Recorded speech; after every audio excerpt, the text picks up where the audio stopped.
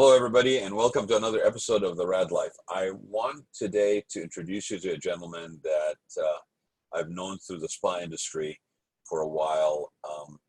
It's interesting. Nicolas Ronco has been a serial entrepreneur. He's been a consultant. He is a innovative thinker, and he is not afraid to be a disruptor or even a maverick in rethinking how some things should be. Certain industry sectors should be operating, like looking at things from a different perspective, which for all intents and purposes defines the word pivot, which is an instrumental word and has been more and more important every day in this last 2 months of everybody pivoting during this pandemic. I want to bring Nick on here and have him introduce himself, give us a little background and what is he working on. And I promise you this conversation will be an interesting one. It always is whenever I get the chance to talk to him. So let's see if we can bring Nicolas on. Nick, are you there? I'm here. He's there, and he for a moment there you were ghosted in the dark with the hat, and so it's like almost like a witness protection program. You know, it's like the identity. How do you know my real life? How do you know my real identity? Yeah, the identity of those on camera are sealed for your protection and theirs. Exactly. So Nick, thanks for taking the time to be on with me, buddy. Oh, my pleasure, Raad. I wanted to, before you came on, I mentioned that you've been a serial entrepreneur. You have been a consultant, an expert on things, and you are not afraid to be a disruptor or to innovate by taking a different approach or different perspective to things that are either whether industry sector or products. And I'm not gonna spoil the surprise, because I think where you're at right now, the group of people that you are associating with right now, from the company name alone, is fascinating. So I'm gonna let you basically share that. But for those who don't know you, please take a minute and just give a little bit of background and some of the adventures that you have been on. Sure. So first of all, thanks for having me on your show. I really enjoy your format, and I've enjoyed the conversation that you and I have had in the past. So Likewise. I'm happy to share that with a larger audience. I'll tell you, I really like the way you called it adventures, because that's the way I've seen my professional life. I've been very blessed to be able to work in different sectors, different industries. I started in the music business for Warner Music, part of Warner Media at the time. I was there for 10 years in New York, then moved to publishing, then moved to software, then moved to my real passion as an entrepreneur, which was wellness. Yeah. That's when I created Yellow Spa in 2007. And basically, Yellow Spa was known as the sleep spa. So we were one of the first one in 2007 to see sleep as one of the main pillar of health, while people were mostly looking at, nutrition and exercise. Right. And now, after a lot of efforts, people are realizing that sleep is actually one of the most important pillar of your health, both in terms of physical health, heart health, immune health, which is so important right now, given what we're going through. Mental health, depression, and all these kind of things. Right. So without the appropriate amount and the right quality of sleep, your body does not do what it's programmed naturally to do. Yes, you go basically into an inflammation mode, and this can get actually very dangerous. Yeah. And people cannot go without sleep for too long. I mean, if you don't sleep regularly for over 2 months, you're at risk of dying. And even if your sleep is disrupted for like a week, you start developing type 2 diabetes. Something that shocks people. Nick, when that truth basically hit me really between the eyes, was not relevant to sleep per se, but it was the idea of sleep. I was doing a restaurant in LA, and we had a green wall, a big, huge natural green wall, and it was like you'll love this. This doesn't fit in a box. It was French, Vietnamese, California cuisine. Wow. Okay. And it was amazing.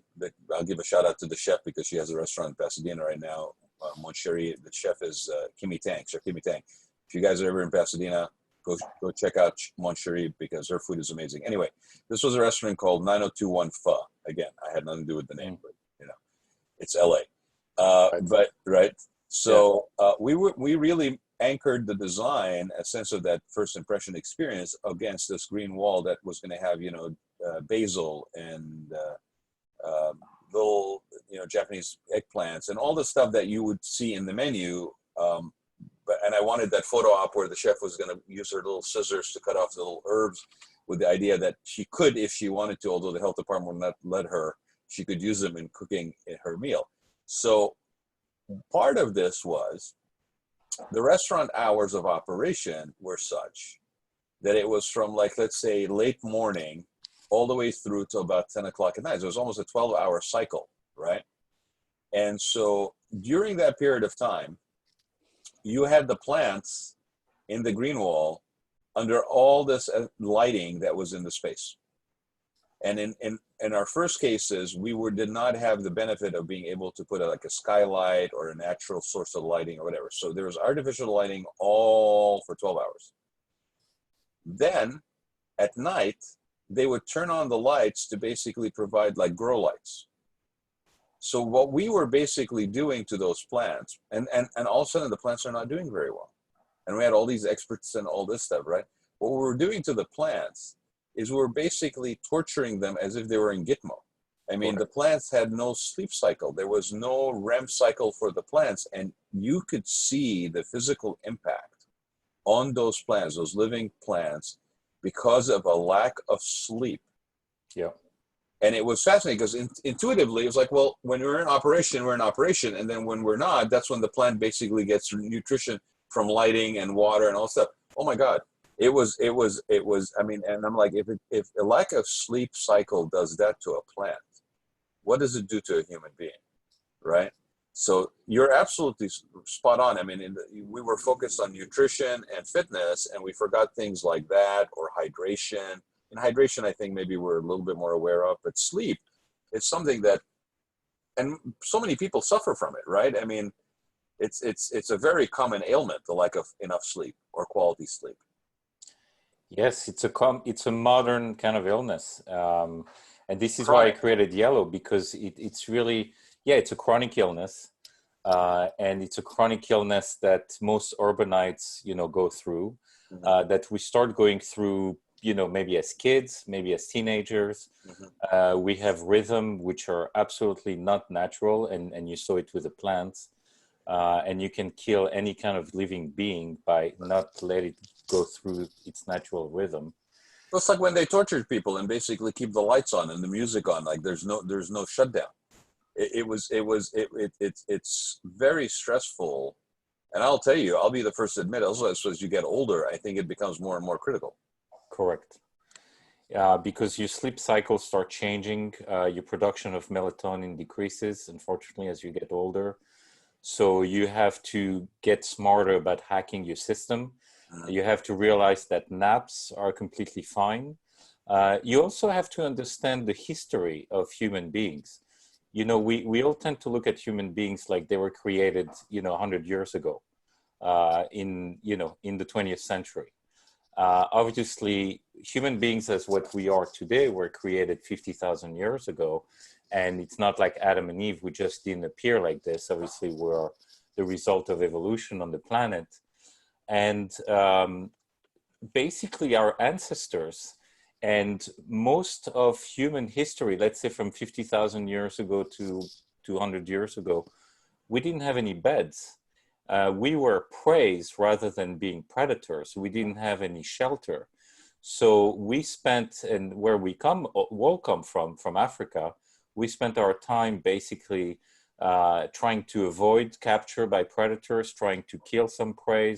And we were very awake at night. And so we've always been what's called polyphasic animals. In other words, that whole story about having to sleep 7 to 8 hours a night and then having to be super energetic and super awake for the rest of the day is complete BS. As animals, and you look at your dogs, that's what they do. You look at your cats, that's what they do. You look like animals in the natural world, that's what they do. If you, I was fortunate enough to be able to go to Tanzania in Africa, and I was in the middle of the savannah at 2 in the afternoon, and you have a bunch of lions on one side and a bunch of zebra on the other side, and nobody's going after each other, and the zebra is going, they're literally a few feet away from the lions. Why? Because it's 2 p.m. It's siesta time. They're all napping, because if they start running after each other at 2 p.m., they will basically die of dehydration. So that wouldn't make any sense. And this is why animals hunt at night. They don't hunt during the day mostly. Isn't it funny? Animal documentaries. Isn't it funny that we also will look at certain countries and cultures as almost being undeveloped, and yet in those cultures, things as afternoon siestas or going home and basically, having a 2 to 3 hour off the, basically the work cycle, and you put your head down for a few minutes. I mean, it's not uncommon, right? I mean, the Middle East, there's a lot of cultures that basically do that. Obviously, as things get more quote unquote modernized, less and less emphasis is put on that, but it's not uncommon. Like somebody basically just had lunch and basically took a nap for about half an hour. Not only it's not uncommon, but it's the rule. I mean, I grew up in Tunisia in the 70s, and we didn't have air conditioning. Yep. And people took nap from the month of May to October between noon and 2 p.m. At some point, people were taking half an hour nap. I mean, I was home, and my dad had his own company. He was coming home, having lunch with us, taking a half-hour nap, then going back to the office. Kids would take a nap. Like, we didn't have any choice. I mean, you literally could not stay active by 90 or 100 degrees. Like, no, I remember that being. I remember that growing up in Kuwait too. I mean, it was very, very common, especially if you have a diet that's also kind of like a very rich diet. Like you're like double whammy. You're gonna eat really good lunch, and then you can't really function in that heat. And so the smart survival instincts say, I'm gonna take a nap. It's gonna cool down a little bit, and then I basically go to work. And the hours don't end at 5; they go to 7, maybe, or 6. And so the culture adjusts. Same thing, and you can talk about South America or Mexico or Central America. I mean, there's a lot of examples of this. So and then you transpose that to so-called modern culture like the U.S. And at Yellow, the majority of you get people to pay you. Napping. You get people to pay you for it. Of course, they paid us for a very high quality nap in a protected environment called the Yellow Cab, where they could control the aromatherapy, they could control the length of time, anywhere from 20 minutes to 40 minutes, so that they wouldn't fall into slow wave sleep and then suffer from what's called sleep inertia. But yeah, I mean, people were not only paying for naps, they were like begging us to offer more naps. And most of our clients were lawyers, private equity people, hedge fund people. They were not, like your whatever, like basic kind of worker. These guys were like high performing individuals. And they were taking naps during the day, and it was kind of their secret. It was their secret weapons. And they were the only one not falling asleep during boring, accounting or investment meeting at 4 in the afternoon, thanks to the nap. Well, but also in a more serious way, I mean, a lot of them told us we saved their lives, because a lot of them were overweight and they lost weight thanks to that. A lot of them suffered from type 2 diabetes and were able to reduce it or eliminate it. Some of them suffered from depression. There were a lot of conditions that we were able to help with. I could not say legally treat, because we're not doctors, but definitely help with. Well, Nick, I mean, I tell people, I mentioned it before you came on. I said, you and I met through the spa industry and wellness industry, and it's, people always look at me weirdly when I basically say, modern life got to the point where we basically were willing to pay for sleep and for silence. We would pay for silence, right? Because that's how noisy the world around us is. We would pay top dollar for basically sleep or silence. And it's very true. And when you start breaking it down, and it becomes very apparent why we are willing to do that, why that is actually an investment in ourselves, that if we can't secure it ourselves, we will go somewhere where we can actually maybe, like your yellow spot. So for how long did you have that, and what happened? What was your next journey? So Yellow Spa was open from 2007 to 2019. Now I want to say I was fortunate to be able to sell part of it and close part of it. I sold part of the IP, the customer database, and then closed basically the physical location. And I'm so glad that I was able to do it a year ago rather than doing it right now, as most spas are going basically into bankruptcy. Yeah. And it's just a very ugly and difficult situation for, these kind of establishments now. And these were establishments that were already suffering way before the COVID crisis started. And now I'm very happy. I joined right after I closed Yellow Spa, a group called Group of Humans, which just seems a little weird when you say it because I'm a human now, which I don't know what I was before. God, that's so tribalistic, It's just, it is. we are a group of humans, and you're another group of humans. Tell us. So what's the impetus with this? Like, how did this come about? How long has Group of Humans been around? So Group of Humans has been around for a little bit over 2 years, and I joined them like a year into the group. The official definition of Group of Humans is distributed, curated B2B network of the best designers, storytellers, technologists, and strategists in the world. I'm not the one saying that, it's on the website. All of whom share a belief that technology should be harnessed not for efficiency, but for the benefit of people, society, and the environment. What it is basically is a bunch of people like you and I with at least 20 years of experience, a very solid track record in all different kind of industries, all different kinds of skill sets. A lot of these people came from tech, so that's why a lot of our clients are Google, Intel. Intel was my first assignment last summer, eBay, Microsoft. But now we're working on a mission for Casper, the mattress, and soon to be the sleep company, because they're rebranding into that as well, and we're helping them with that, hopefully. And it's really a group of very smart people from New York, Miami, LA, London, Paris, Milan, Australia as well, who share a passion for brand. And I think, because we are basically a network of people, we're a group of people, we're not a company, we are able to, we've been working the way everybody's working now for the past, 2 years as Group of Humans. Zoom has been our main tool. And we've been working with a very light footprint. We don't have any office space per se as Group of Humans. And our goal is really, the way we work, our MO is to really embed within the client's teams. Well, so, sounds like a bigger picture, wider impact, almost think tank that is not necessarily limited to any particular sector, but it's bringing more the philosophical approach that you described to whatever it is that you're assigned to. I mean, and willing to basically look at things for the common good or the larger good.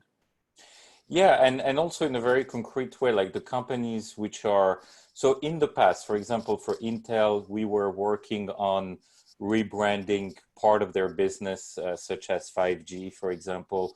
We were working on creating a full-blown keynote experience, Apple way, for Intel, which has never done that in its entire history. So it's really like the storytelling aspect that's very important within Group of Humans, because every brand has to have a story to tell. If you don't have a story, you don't have anything to say. Right. And now what's really interesting, and this is where we're like so relevant, is our company is coming for two things. One is, how do we stay relevant in the new environment? And two, how do we speak to our customers in a non-tone deaf way?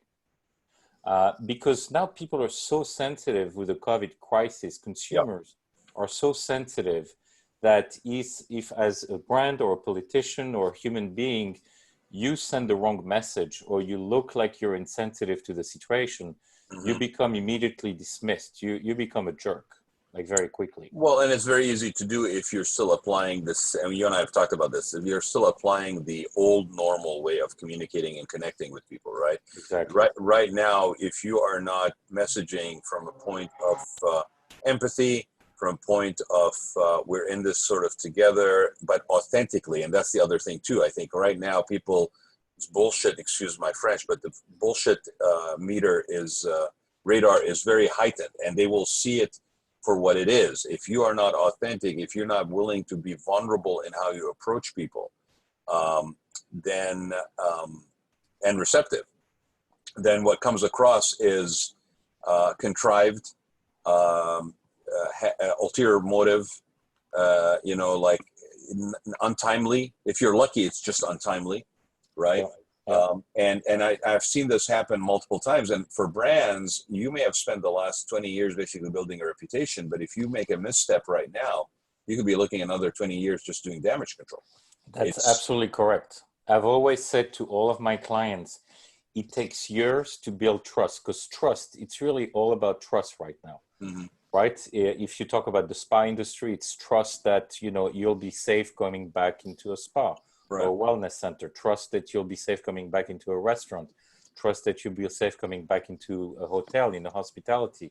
Trust that you'll be safe coming back into an airport or a plane for airlines. And this is going to be tested big time. But to the point you're making earlier, there is one company, and you and I were talking about this earlier, that really blew my mind, that all transparency we're not advising. It's Rag & Bone, the clothing company in New York. And the CEO sent a letter a few days ago to their consumer where, if that's okay, I'm not going to read the whole letter, but I'm just going to read like 2 paragraphs that I think are so on point. Is that okay with you, Raad? Yeah, absolutely. So he talks about the current situation, and then he says, but like the rest of the world and the rest of our industry, we're doing our best to navigate our way through this, acknowledging that we need to do it all we can to support and protect our employees, our company, and our customers. To that end, we have decided to lower our retail prices across the board until this is over, or until we're allowed out of our homes and back to work. So first thing, make it affordable, because Rag & Bone, has a tendency to be a little bit on the expensive side. Yeah. But then the other paragraph I thought was so good also. He said, the time for buying stuff for the sake of buying stuff is over. I, for one, am buying only things that I need, or things that mean something to me and that are properly made and that will last. And for me, at least, sometimes a damn good t-shirt can make me feel a whole lot better than a disposable one. And again, I think he's really nailing it in terms of his communication. Like he's saying, don't buy as much as you used to. And buy bullshit. And buy quality that lasts. Exactly. Buy a t-shirt that's going to last you 5 or 10 years rather than a disposable stuff that's going to last you 2 months and that's going to screw with the environment anyway. You know what, though, Nick, this is what's funny, right?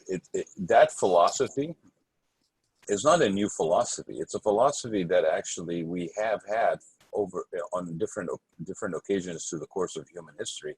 I mean, the last time, because I'm seeing this echo in other things. I'm seeing it echo in the popularity now of gathering places in terms of millwork and cabinetry, media centers now are more critical because they're basically family gathering spots. They're the equivalent of modern day equivalent of, being around the campfire, basically. So the need for something that would accommodate. In fact, in some cases, that may not be just a media area or media center. That may become the virtual classroom for your kids for the next 6 months to a year. So that takes on a different relevance. The home office now is, you may be furloughed now, but your company may basically have you be working out of the house. So the home office, you're seeing this sort of quality and meaningfulness behind what it is that you're spending money on. The one that really hit me was the pantry in the kitchen. People are now wanting bigger pantries, and why? Because they are basically cooking at home they're cooking at home. They're also, and this resonates directly with the Great Depression.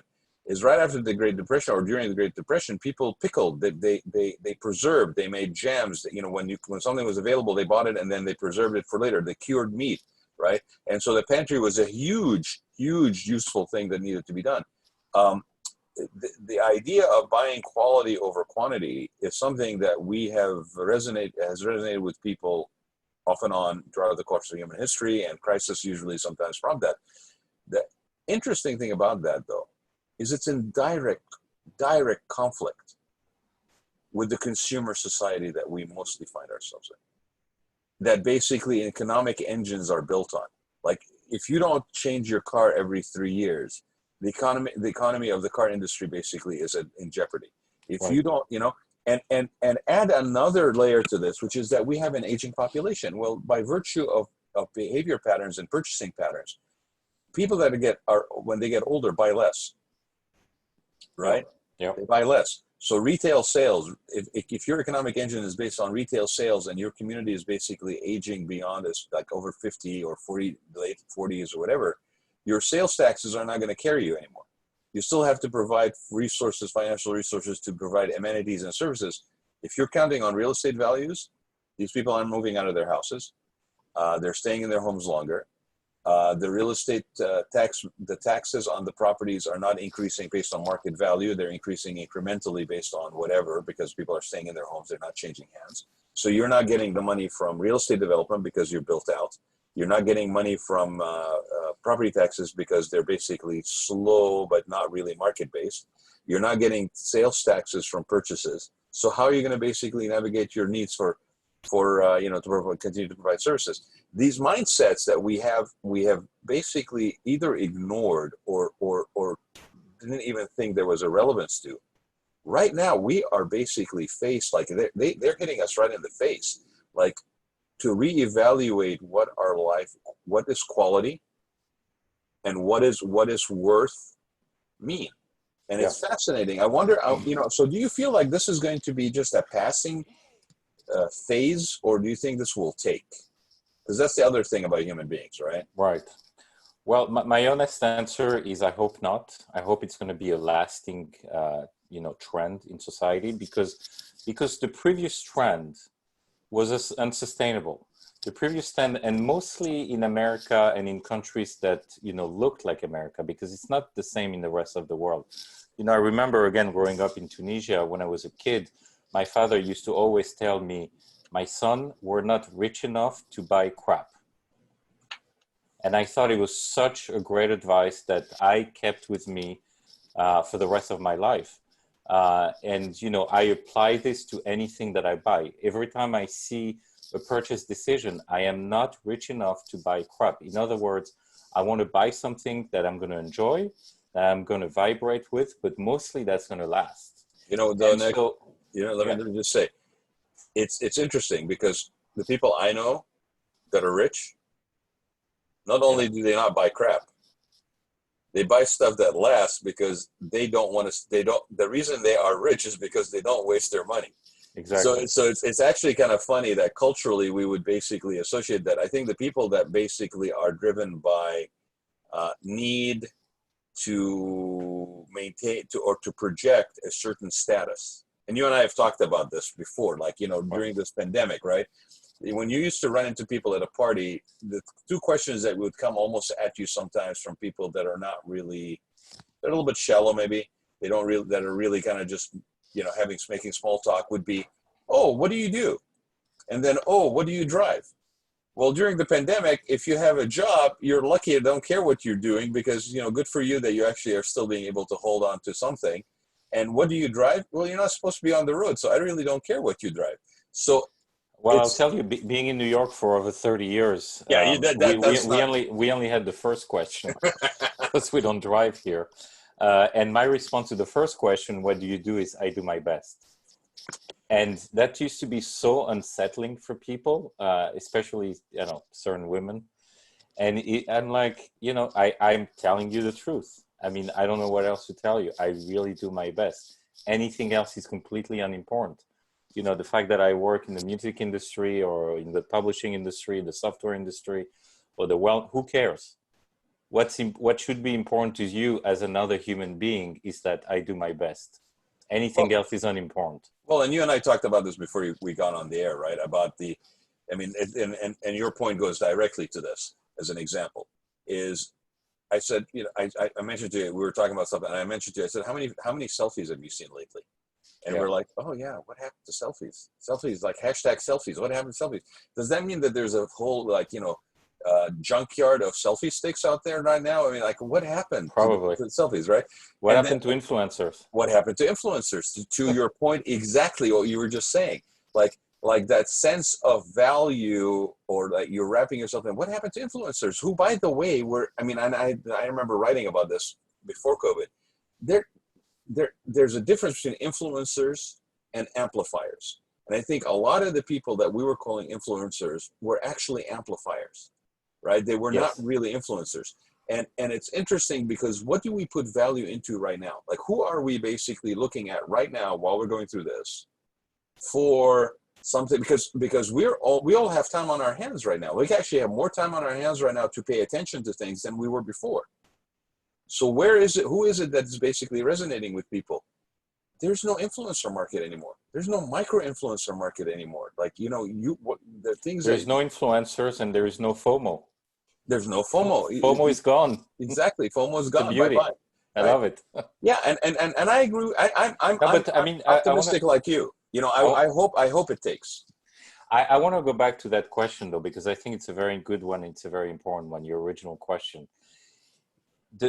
From a macro level, we were just a growing population, 7 billion, 8 billion people Yeah. on a finite planet.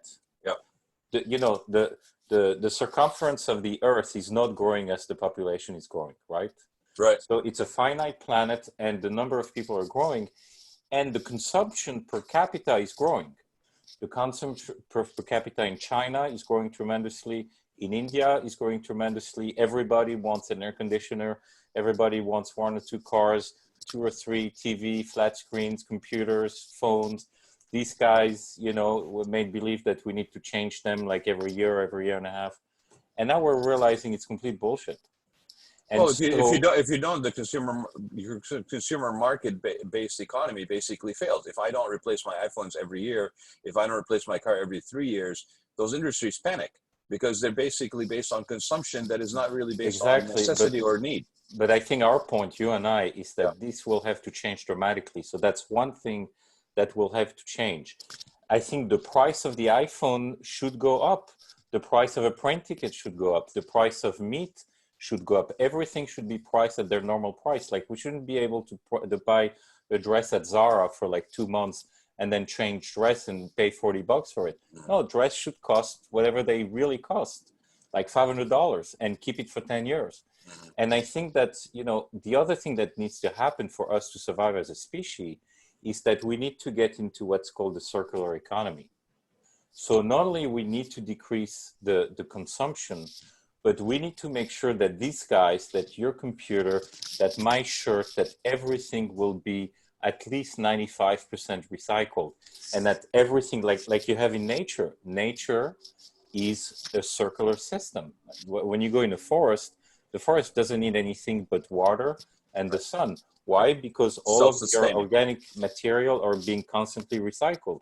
Right. The leaves from the trees and the mycelium being spread, you know, across the ground and all that stuff.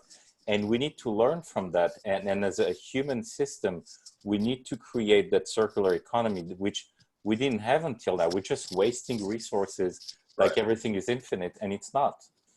So I want to just bring us back to something that is common ground for us as well, and it speaks to this, I think, because what you're referring to, and what I wanted to do with the show today is actually just plant this seed, because I think you and I need to basically, you know, have more conversations going forward as we see whether this takes or not, whether people actually embrace this and it's a paradigm shift or not, and what degree. But one of the things that you and I talk about often is the spa industry, the wellness industry. And you said something to me the other day where you asked the question, right? Remember what the question was? Do we still need spas? Do we still need spas? Right. Right. Now, you and I probably will get crucified for having asked that We question will. right now. We But will. we're here. We're right here. We're on camera. We're on record. We're asking the question. Yep. Right? Hands up. All right. Now, Nick asked the question, but I will ask the question as well. Do we need spas? So what do you think? Let's talk about that for a few minutes. So and I used to own a chain of spas, and I used to be, gung-ho in that industry. And then I realized that, the business model was failing quite rapidly. And I think that's why such a number of, big brands are now basically going bankrupt, and not Chapter 11, but Chapter 7 liquidation, straight to that. Because yes, I mean, there is the need for wellness, the need for healing, the need for, human touch is going to be more important than ever. I have no doubt about this. The need for human connection is going to be more important. Especially after staying at home, sequestering. Yeah, absolutely. Yes. So there is now a phantom demand that's going to be built. Yeah. That's going to be crazy. But I think the way we deliver this wellness, the way we deliver a way to go back to equilibrium, to homeostasis as human beings, as our own system, will have to be completely different. And, this is another debate, but that's going to be basically the debate between essentialism and escapism. And I think that, unfortunately, spas were leaning too much toward escapism. Mm-hmm. We're going into that to escape our, shitty life or our world, or we need to get pampered, or we're doing some fillers and Botox and, all of these kind of crappy, and dangerous treatment. Yeah. And I think that it's going to go more towards what is sustainable for me financially, what is going to be sustainable for me as a human being, and what treatments really stick to me.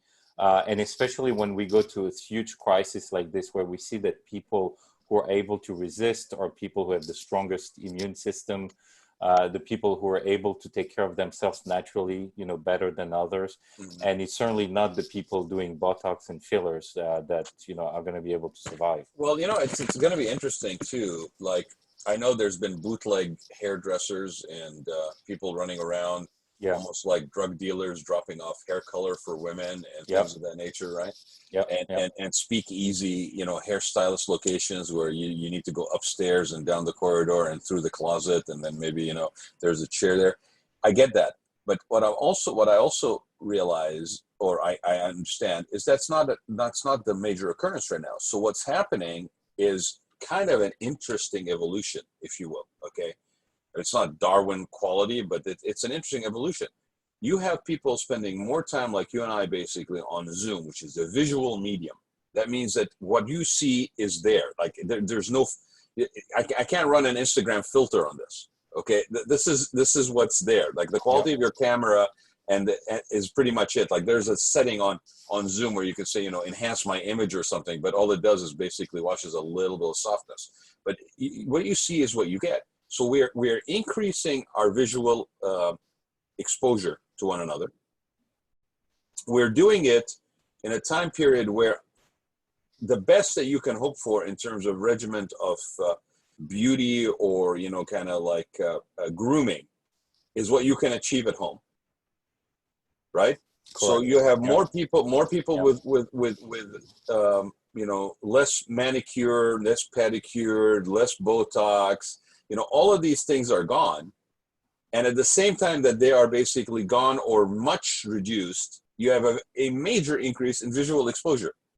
So how are we going to deal with that later, now that we have become accustomed to be okay with not having to layer all these masks, excuse the pun, as much as we're wearing a mask this way.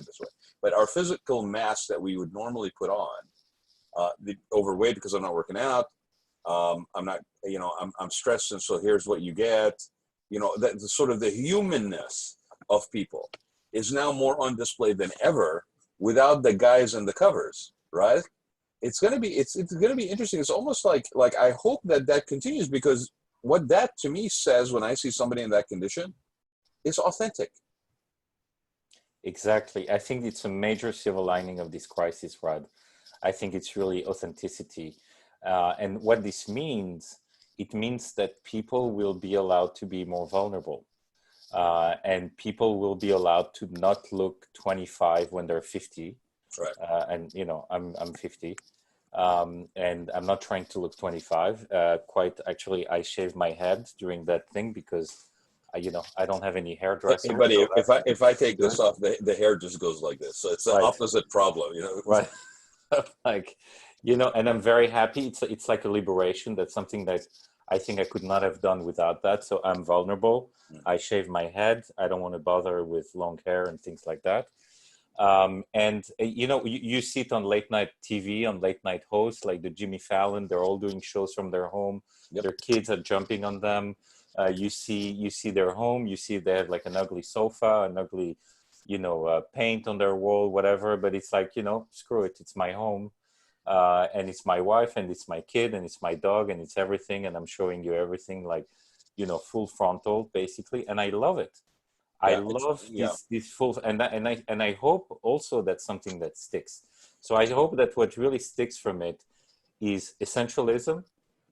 Let's eat the right food. Let's eat good food in the right quantity. Let's not overconsume, because that is not sustainable. As the Rag and Bone CEO said, let's just buy what we need or what we really connect with, and let's make a purchase every 5 years instead of every 5 months. And let's just be the way we are. Like, stop putting on a mask, and just be who you are, and allow yourself to be vulnerable. And we realize that the biggest stars on the planet are also vulnerable. They're also stuck at home. Some of them are telling, I've been smoking pot for 2 months. The other one will tell you, I've been drinking way too much. The other one will, and you just get a peek into their personal life, and you realize it's not that different from yours. It actually is more endearing. I mean, I guess it depends on how a person is wired. For me, it's more endearing. It's more that realism, that vulnerability is actually very appealing. It's very appealing. And and I'm sure there will be people that will overplay that card, and they'll try to be overly vulnerable just to basically solicit that kind of reaction. And I think people are savvy enough, and I think our bullshit, like I said, our bullshit radars are heightened in this society, to the point we don't trust anybody, even if they're a scientist telling us something, right? Because there's another scientist over there that tells us the opposite. So we have our own issues and problems, but there is the way we were going, the path that we were on was, I agree with you 100%, was, if you wanted to be honest with yourself, you would agree that path was unsustainable, absolutely unsustainable. Yeah. Individually, societally, as just a bunch of people that share a planet, that direction was absolutely unsustainable. It was almost as if we somehow believed that the party would never end, and there would never be somebody who showed up with the bill. Right. And exactly. and that never happens. I mean, they thought the same thing in the 80s. They thought the party was never going to end. The Testarossas were standing, back to back at Studio 54, and the champagne was flowing and the white powder was flowing, and the party was never going to end. And then what happened? Somebody showed up with the bill. Right. And the question was, oh crap, I hope I'm not the one who gets stuck with it. Somebody else gets stuck with the bill. But the bill showed up. So and what was the bill at the time? The bill was AIDS. Yes. It's another virus. It was AIDS. It was an absolute economic catastrophe. I mean, we went into the 90s, right? Yeah. There was division. There was all kinds of stuff. And the thing that's interesting about if we actually followed what the CEO basically has said, like, buy what you need, buy something that's quality, right?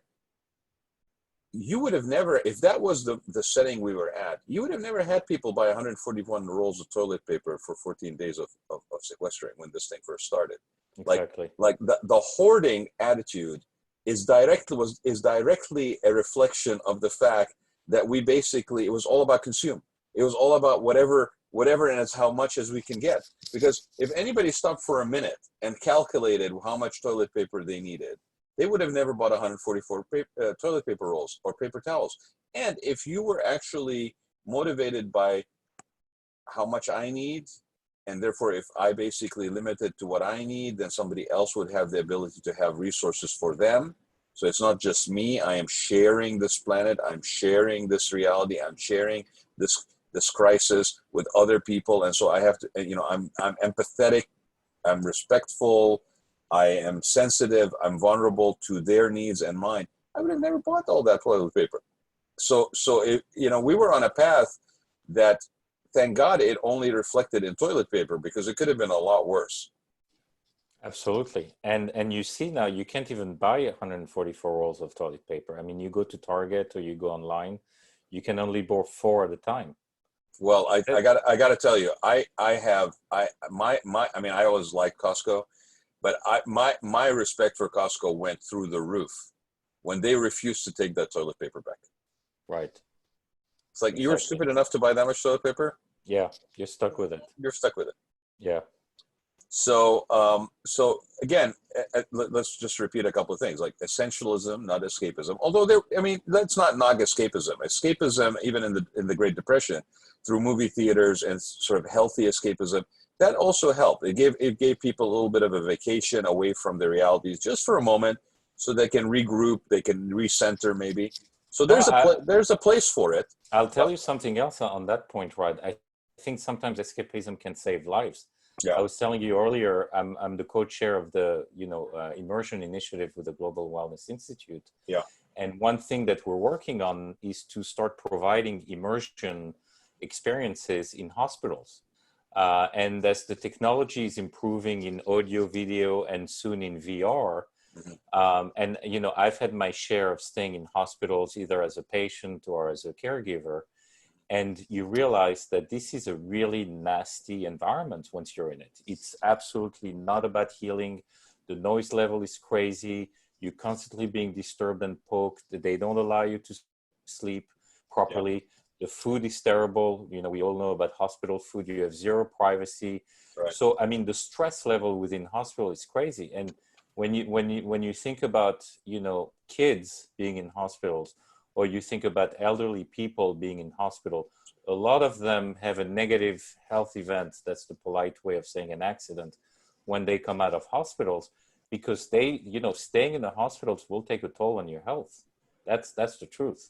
They will try to save your life on certain things and cure certain things, but the overall stay because of the environment will save your life. So if you can provide a visual or VR-based immersion initiative where you're like, working in a forest or going to the beach or being underwater for like 30 minutes, that's incredibly healing. That will reduce your blood pressure, reduce your heart rate, reduce your stress level, improve basically all of your markers. So in that sense, escapism is actually a very good thing. Well, you could argue that's the same point as the movies that you're mentioning earlier. Well, you could argue that my 30 minutes of meditation in the morning is a form of escapism. I mean, there's a healthy way about it. I think that I don't have so much I don't have a problem with escapism. I think, like anything else, in moderation, it has a positive potential. I think when escapism becomes denial, that is when it becomes a problem. And when it's all I am doing is basically, in order to maintain my denial, I am basically escaping into alternative realities without a foothold on the real. That's when it becomes a problem, because that's just like almost, over substance abuse.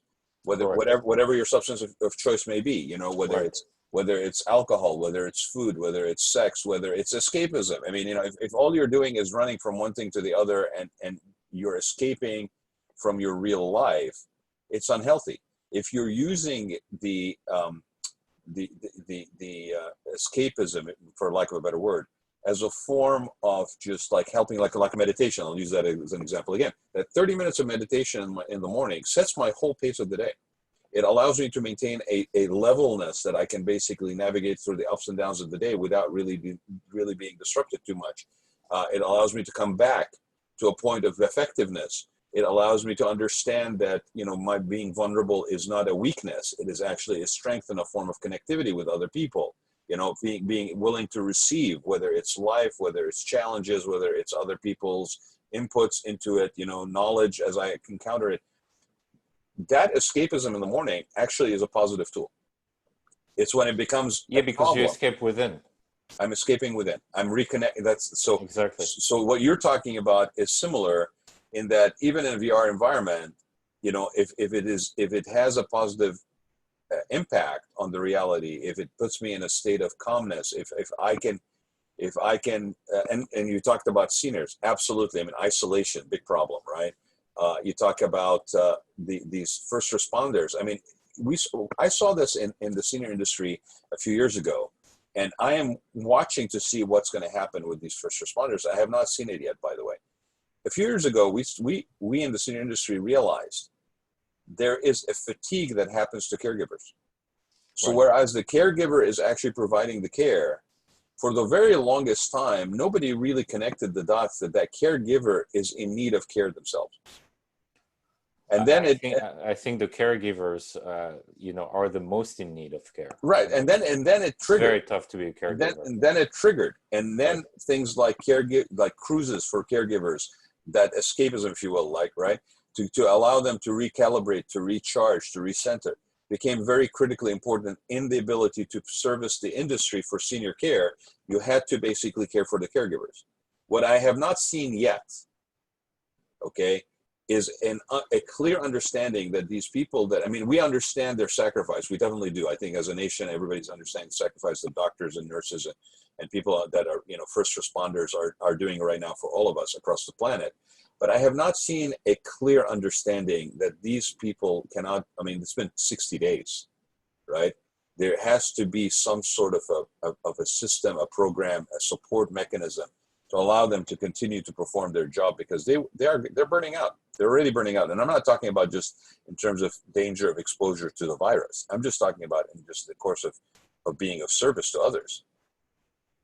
Absolutely. I have tremendous respect. I mean, I've always had tremendous respect for the medical profession. And when I was a patient in hospitals, I see the environment that these guys are working under, Yeah. and what they're able to provide on very little sleep and very high stress, because obviously everybody is cranky, and patients are very difficult by definition because they're themselves suffering quite a bit in hospitals. And now, I mean, now they're like, real heroes, and they really need, to your point, they need to be taken care of. And one of the things that we want to do with the immersion is actually start with the caregivers, start with the nurses, start with the doctors, and give them escapism from, the hell that they're seeing, on a daily basis. I mean, it's bad enough. It's bad enough that we're basically also, putting them under additional stress by questioning the reliability of the information that they're saying.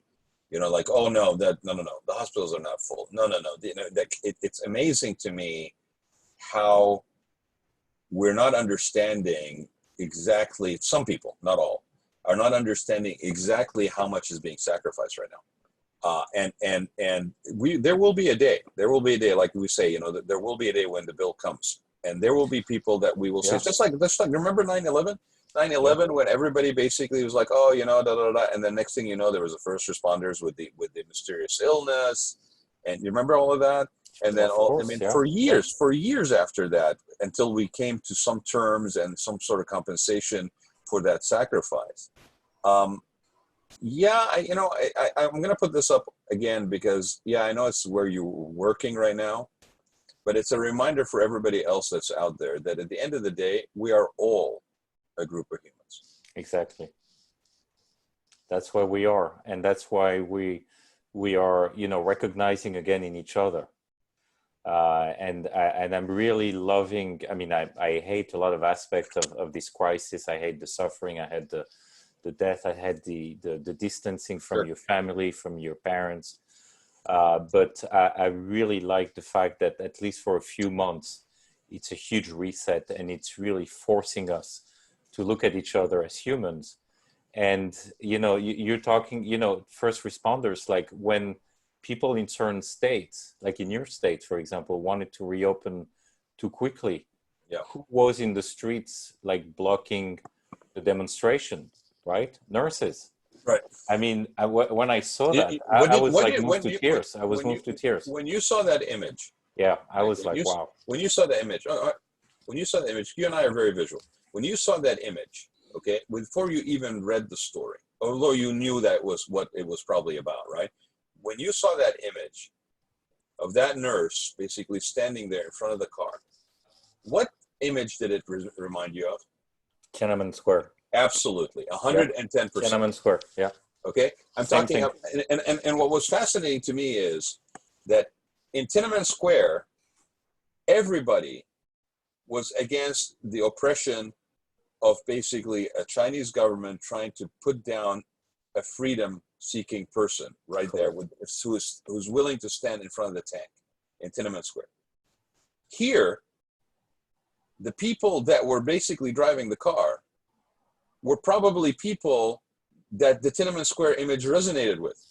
And yet they find themselves now being in the driver's seat of the tank, right? Yeah, yeah. And somehow And feeling and justified in their yelling behavior. at these people, yelling at the nurses. I thought, I mean, I've always said, you don't need to defer friggin' drugs. I think the human condition is fascinating enough without it, right? But Correct. But here's a situation where, in the course of denial, okay, we are willing to find things that divide us versus that unite us. And at the end of the day, I mean, that logo says it all. We are all a group of humans. Yeah. Right. By the way, very cool logo. Whoever designed that, hats off to them. Right. Thank you. I still want that hat. I'll tell Rob Noble. You tell him. But the thing that we need to basically connect with right now is that A, we are all a group of humans. B, we are really all in this together. And you and I have said this. There is a silver lining. There are a few gifts, if we choose to look at them, that this pandemic has brought. It has given us the gift of time. It has given us the gift of quieting the noise enough to where we can hear ourselves think, right? We can self-reflect.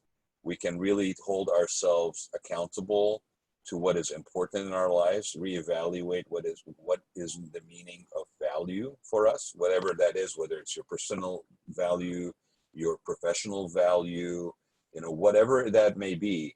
Right now, we are able to do that because it slowed down long enough. That's how fast we were running. We were running so fast, we could not do this. Like, you really had to be very dedicated to do this. And now everybody has been given yes, it's been a crisis, but you've been also given 60 days that you could really replenish your soul and reconnect.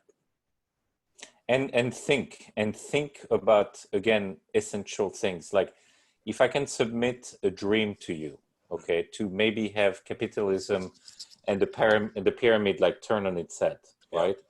Imagine a world where investment bankers, hedge fund managers, all of these guys making millions today are paid $50,000 to $70,000 a year, and teachers, nurses, the people who are like really essential to our survival are paid millions of dollars a year. Hey, you sound like these guys really deserve it.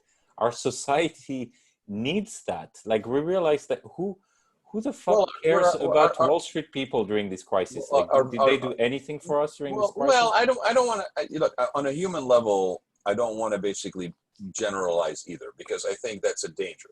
The minute you basically open that can of worms, you generalize from a position of bias, and that's really doesn't serve anybody's purpose.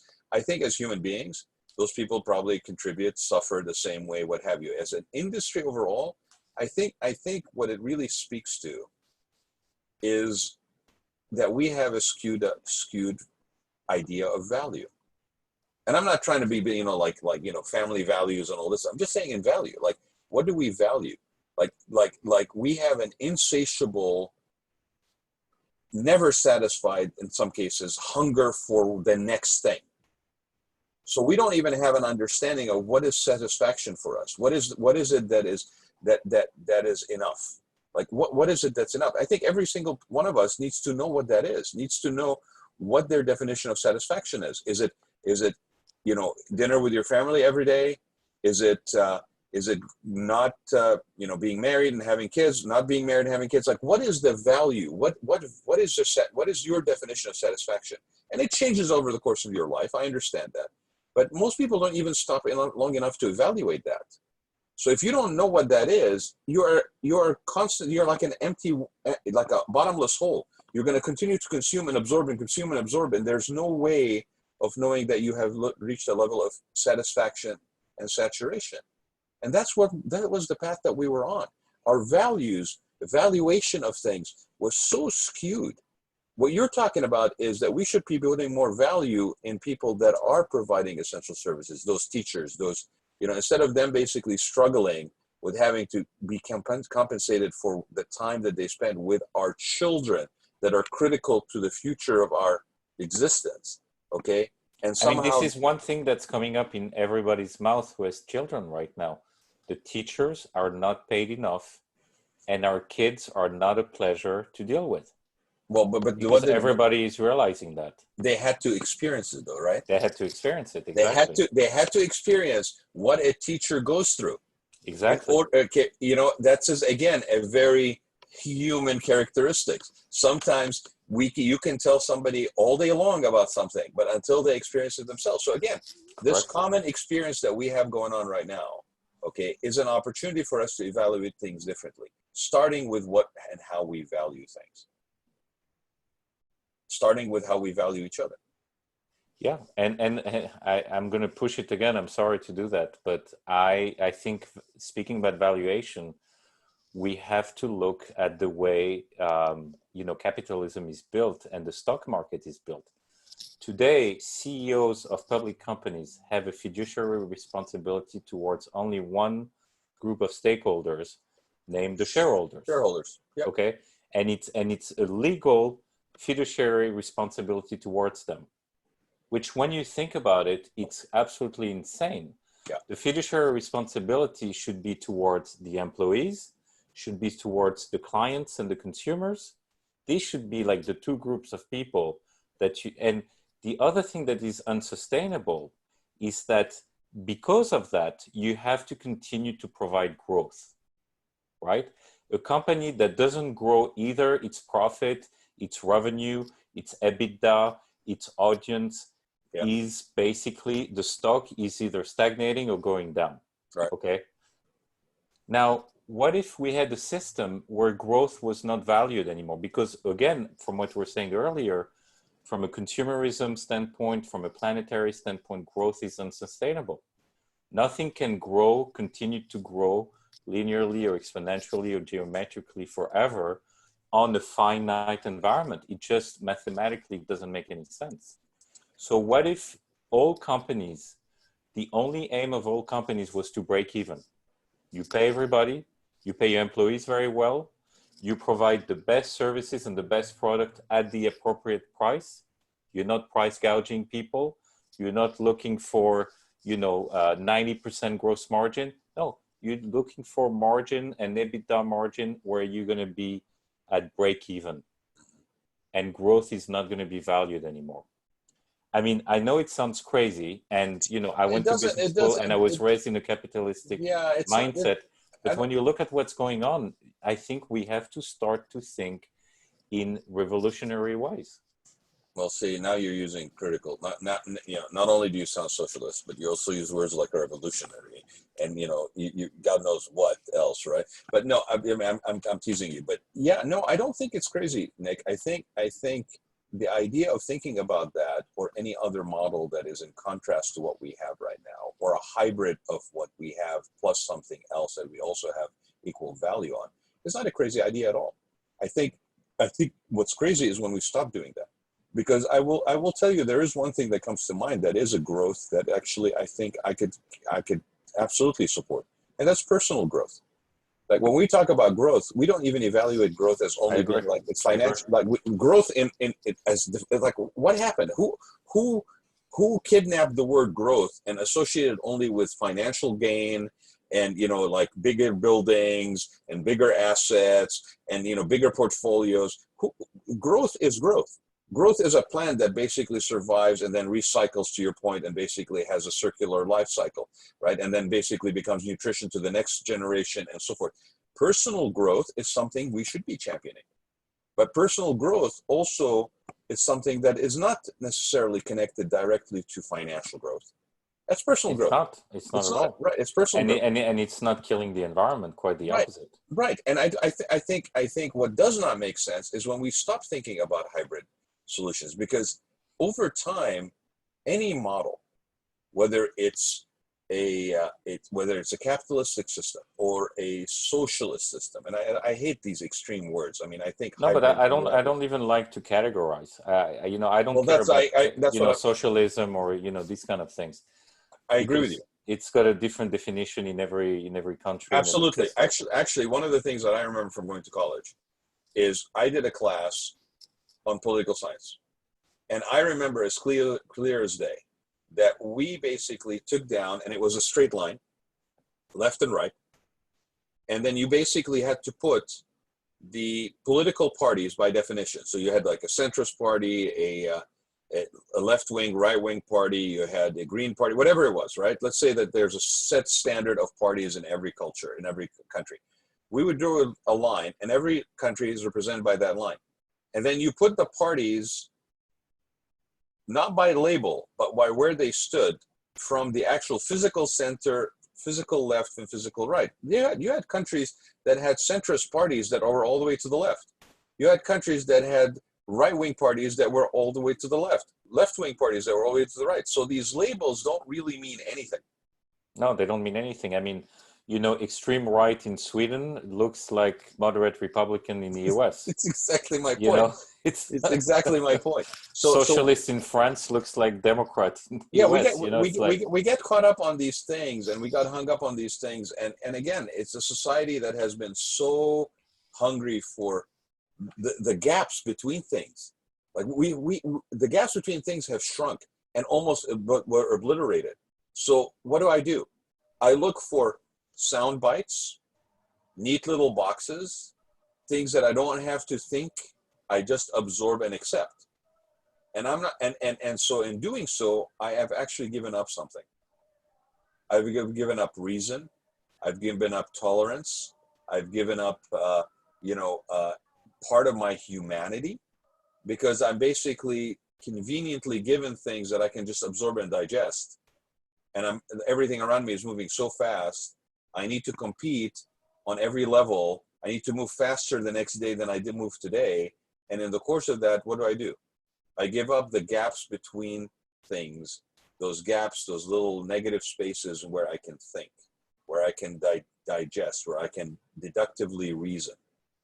And with exactly. that, and this is why I think this time period is giving us an extraordinary, unique opportunity in the history of humanity to really turn everything on its head, and not for the sake of, being extreme, but for the sake of looking at things for what they really are and saying, okay, well, is this system sustainable? Where are we going if we continue like this? Right. We all know we're going straight into a wall, and some people know that instinctively, and some people know that by thinking about it. But Raad, I want to ask you a question. Isn't that one thing that's been really interesting since the whole thing started?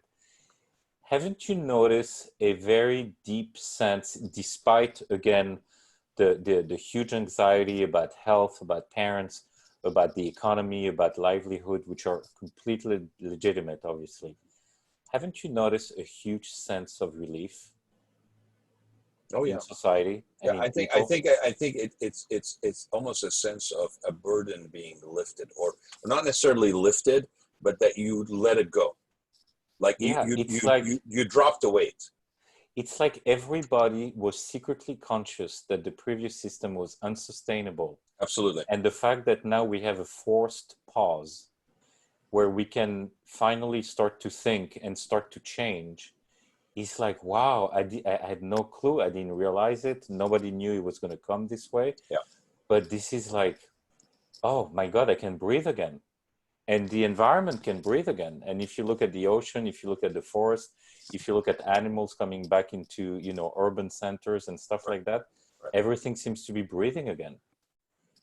It's like we were allowed to unburden ourselves from things that for the longest time we were told were absolute needs and necessities to live a successful modern life. Exactly. And what's fascinating about that is not necessarily only the fact that we were allowed to drop them without any stigma, without any societal backlash, that we were able to just put them aside and just not have them be an important factor, right? And we put them down, let's say 60 days ago. When we put them down first time, we figured it was temporary. Now, what I'm hearing from people that I talk to, and it's regardless of age, by the way, including younger generation, right, is that the question that's in people's mind is, well, I don't really want to go back to operating in that level. I don't want to go back to operating in that endless, hamster wheel that can't move fast enough. And then basically, we were allowed to let the stuff down. We were not stigmatized. We were not societally shunned, basically, for doing that. Yeah. Right. Absolutely. There's a concept in art. And again, it's also in any kind of, I think, creative field, like even in graphic design and anything, there's a concept. Okay. And I'll use the example of what's behind me, and it's not exactly right, but what's behind me. As important as the icon of Group of Humans logo is, as important as the font style that is used to basically put that logo together, as important as those are, there's an element in there that is as important. And that is the negative space between things. Because if you did not have that negative space between things, if all you had up there was that logo repeated over and over and over and as tight, as close to each other as possible, you would no longer have the ability to see what value is there in that logo. It would become noise. It would become a cacophony of content that you cannot decipher. And when you are not given the time even to decipher and unravel it, because you have everything else that's demanding for your attention, that's when you basically short circuit. I mean, it's like what we started off when we said, like plants that are not given an ability to have a sleep cycle, people that are tortured because by music and loud noise and and bright lights and all this stuff. We literally were traumatized, I think, as a society. I mean, we were given all the trappings of the nice car and the nice clothes and the, eating out and socializing. And my favorite was that we basically went socializing and we called it networking. When it wasn't networking, it was socializing, right? I mean, we were traumatized. We honestly, I think, we're living a traumatized life, a stressed out, traumatized life that is equivalent to self-torture. And we were given an ability. You nailed it. Yeah. I think you nailed it right. And that was really the impulse behind the creation of Yellow Spa, by the way, was really to provide a space and a method and a kind of care where people could go within again and untraumatize themselves from very traumatic, urban lives, unsustainable again from a human cycle level. How long can you go without sleep? How long can you have a screen in front of you going to bed and screwing with your melatonin level and, all of these kind of things. And, how much can you, you remember in companies, when people are on expense accounts, they go out and they start drinking like there is no tomorrow. They start ordering food. The amount of waste that I've seen, in these business dinners was just staggering. And I hope that people go back to their senses, with these kind of things. I don't need all of this food. I don't need all of this alcohol. I don't need 5 cars. I don't need 3 TVs. That's what I'm hearing. I'm okay with one stuff. One of each is fine. And maybe if I continue to evolve on your theme of, personal development and self-growth, maybe I won't need any of that. Well, look, here's the thing, right? It's as custom as an individual. Every individual is going to have their own reality, where that line is, how it's defined. What I'm saying is what we have been afforded right now, if we are smart enough to actually recognize it and benefit ourselves from it and benefit those around us from it, is every one of us has been given right now an opportunity to get off the friggin' hamster wheel. Because the hamster wheel right now is closed. It's like going to a fairground and the lights come on and it's 8 o'clock at night and it's noisy as hell and da da da da da da da da. And then you go one day and none of the machines are working. Yeah. None of the rides are working, right? Yeah. And you actually are able to just stroll. You're able to just kind of be in the space versus be in the doing, right? And we have been gifted this. This is one of those silver linings from this pandemic, is that we have been gifted this, and the gift of maybe reconnecting relationally with those around us in a different with those around us and with ourselves. And someone told me yesterday something that I thought was really beautiful. She said, this spirit has allowed me to fall in love again with myself all over again. And she didn't mean that from, you know, a how do you call it? It was more of a spiritual, yeah. Yes, it's like it's going back into self-love, you know, but like true self-unconditional love. Not like self-love because I'm looking good or because I'm brilliant or because I'm successful. Right. It's no, like, do I like hanging out with myself? And that's what people have to do right now. They have to, first of all, you have to hang out with yourself.